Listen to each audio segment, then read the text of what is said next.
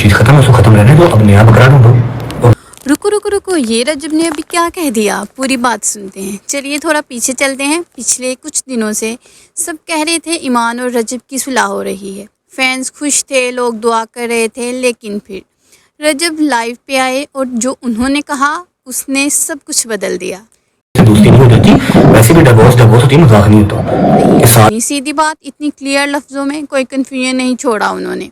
लेकिन अगला जो उन्होंने कहा वो और भी ज्यादा वायरल हो गया। कोई हमारी दोस्ती नहीं होती, एक बुक्के से दोस्ती नहीं हो जाती, वैसे भी डिवोर्स होती है, मजाक नहीं ये होता। लाइन देखो, लोग कह रहे थे बुके बेचकर सुलह हो जाएगी, रजब ने सीधा रिजेक्ट कर दिया। और फिर वो लाइन जो अभी सब जगह शेयर हो रही है, कोई और बकरा ढूंढ ले। कमेंट सेक्शन में तूफान आ गया इसके बाद। अब यहाँ दो कैंपस बन गए हैं। एक ग्रुप कह रहा है रजब ने बिल्कुल सही किया, सीधी बात की, किसी को कंफ्यूज नहीं रहने दिया।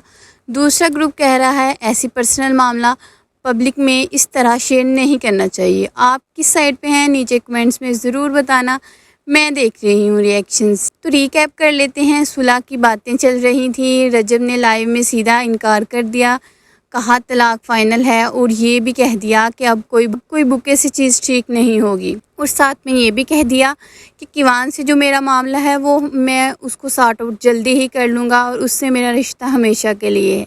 अब सवाल ये है कि क्या ईमान की तरफ से भी कोई रिस्पॉन्स आएगा, क्या वो अभी अपनी बात शेयर करेंगी।